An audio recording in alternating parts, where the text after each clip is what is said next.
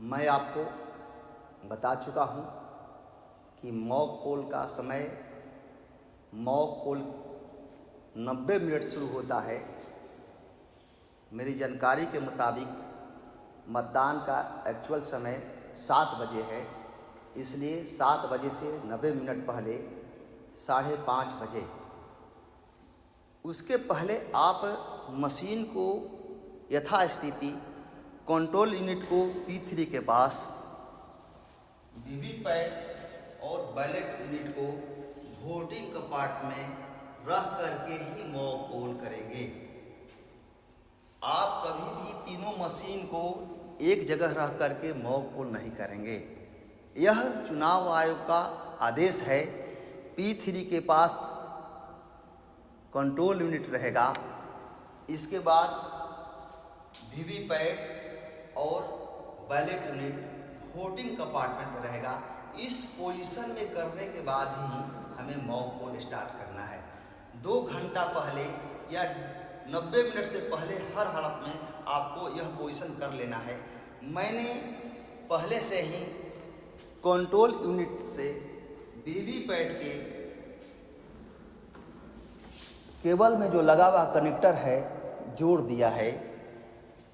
Ballot unit के cable में लगा हुआ कनेक्टर भी हमने वीवीपैट के सॉकेट से लाल को लाल तरफ, काला को काला तरफ करके पहले से ही कनेक्ट कर दिया है।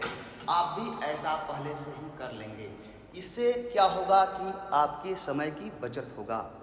जब 90 मिनट से पहले अगर कम से कम 2 मतदान अभिकर्ता आ जाएंगे तो आप 90 मिनट पहले मॉक पोल स्टार्ट कर देंगे। यदि देर करते हैं तो 15 मिनट का आप इंतज़ार करेंगे। अगर 15 मिनट के बाद भी अगर नहीं आते हैं तो आप मतदान केंद्र के अंदर जो भी उपस्थिति मतदान अभिकर्ता, सेक्टर पदाधिकारी, माइक्रो ऑब्जर्वर या वीडियोग्राफर के साथ आपकी टीम रहेगी। आप मॉक पोल स्टार्ट कर देंगे। अब मैं पहले से ही कनेक्ट कर दिया हूँ।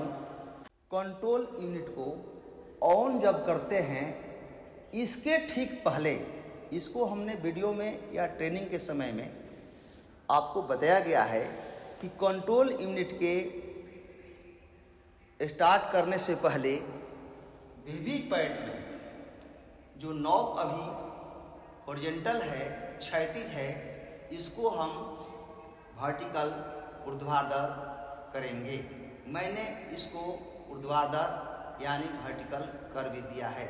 इससे वीवीपैट के अंदर जो पेपर रोल है फ्री हो गया है। यह काम करने के लिए स्वतंत्र है, वर्किंग मोड में आ चुका है। अब हम मशीन को ऑन करते हैं। हमने मॉक पोल स्टार्ट कर दिया है। सबसे पहले हमने वीवीपैट के नॉब को वर्टिकल किया, फिर हमने कंट्रोल यूनिट के बटन को ऑन किया। अब यहाँ पर मशीन वर्क कर रहा है और यहाँ से पर्चियाँ भी आपको निकलना शुरू हो गई हैं। इस प्रकार वीवीपैट से 7 पर्चियाँ निकलेंगी। ध्यान रखिए, मॉक पोल के समय कंट्रोल यूनिट वीवीपैट के साथ बैलेट यूनिट और कंट्रोल यूनिट के बारे में विश्लेषण करता है। जब यह तीनों के बारे में कंट्रोल यूनिट विश्लेषण कर लेता है तो वह मशीन रेडी लिख देता है। इसका मतलब बिल्कुल एक दूसरे से कनेक्ट हुआ है और काम भी करना शुरू कर दिया है। इसमें से 7 पर्चियाँ निकलती हैं, जिसमें वीवीपैट से जो मतदाता सूची, यहाँ पर बैलेट पेपर लगा है, इसमें क्रमांक, उम्मीदवार का नाम और उनका चुनाव चिन्ह। इस चुनाव चिन्ह के सामने यहाँ रेड बटन और रेड बटन के सामने ये नीला बटन। कहने का मतलब है कि पहलका रो में जो नीला बटन है, पहलका उम्मीदवार के लिए वह बटन माना जाएगा। इस प्रकार यह वीवीपैट काम करने के लिए रेडी हो गया है और आपका मशीन टेस्टिंग कर रहा है। मैंने जैसे आपको बताया वीवीपैट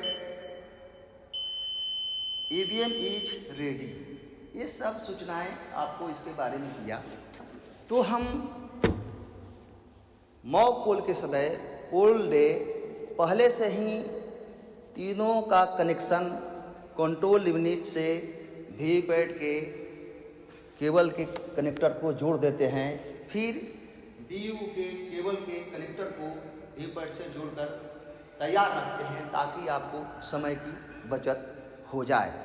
जब भी हम मॉक पोल करेंगे, वोटिंग कंपार्टमेंट यह मेरा है वह वहीं रहेगा, कंट्रोल यूनिट P3 के पास ही रहेगा। यह वोटिंग कंपार्टमेंट है, क्योंकि आपको हम दिखाने के लिए खुला रखे हुए हैं, लेकिन यह वहाँ पर बिल्कुल इस पोजीशन में होगा और यह इस प्रकार रखा जाएगा कि सामने रखे हुए सीसीटीवी कैमरे से इतनी दूरी पर हो, इतने एंगल पर हो कि हम अपना चेहरा भले उसमें देख ले या वीडियोग्राफी में मेरा चेहरा उसमें आ जाए, लेकिन किसी भी परिस्थिति में वीवीपैट और बैलेट यूनिट का कोई भाग ना दिखाई दे, क्योंकि ऐसा होने पर गोपनीयता भंग हो जाएगी। हमने सीसीटीवी कैमरे से एक दूरी बना करके वोटिंग कंपार्टमेंट को रखा हुआ है ताकि हमारा मतदान की गोपनीयता भंग न हो। हम अब कंट्रोल यूनिट के बैलेट बटन को दबाते हैं। इस प्रकार कंट्रोल यूनिट में बीजी लैंप जल जाता है। जब यहाँ पर बीजी लैंप जलता है तो हमारे बैलेट यूनिट में ग्रीन सिग्नल रेडी जल जाता है। कहने का मतलब यह है कि हमने कंट्रोल यूनिट से एक बैलेट इशू कर दिया है और बैलेट यूनिट बता रहा है कि हम वोट देने के लिए तैयार हैं। मतदाता जब P3 के पास मतदाता पर्ची दे करके आता है तो वह सीधे वोटिंग कंपार्टमेंट में आता है। उसके आने के क्रम में P3 CU का बैलेट बटन दबा देता है और यह वोट देने के लिए रेडी हो जाता है। अब हम अपना मत पहले के उम्मीदवार को दे रहे हैं। जब हमने बटन को दबाया तो यहाँ पर लाल कलर का लाइट जल गया और वीवीपैट से एक पर्ची निकली जो पहले के उम्मीदवार के लिए पर्ची थी, जिसमें उसका क्रम संख्या, पहले का उम्मीदवार का नाम और उनका चुनाव चिन्ह इसमें आएगा।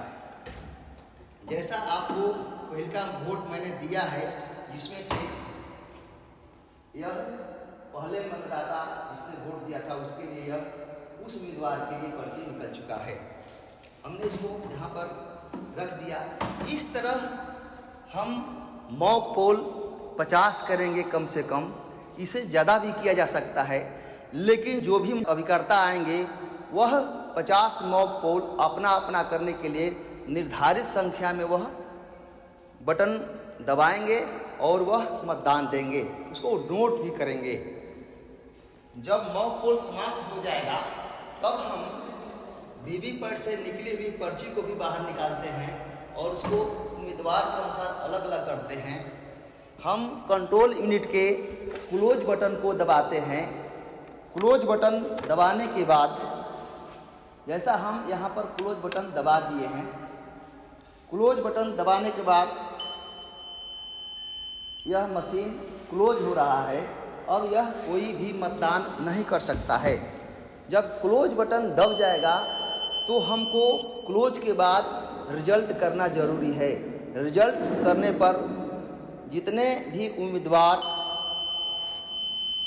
बैलेट यूनिट में दिखते हैं उतने ही उम्मीदवारों का यहाँ पर रिजल्ट क्रम से आता है। हम उसको नोट भी करते हैं। इसके अलावा वीवीपैट से जो पर्ची निकलता है उसको निकाल करके रिजल्ट से हुए मत के अनुसार उसका हम मिलान करते हैं और यह मिलान बिल्कुल सही होता है। फिर रिजल्ट के बाद क्लियर करेंगे। फिर CU को green pepper seal, special tag एवं वीवीपैट को एड्रेस टैग से सील करते हैं।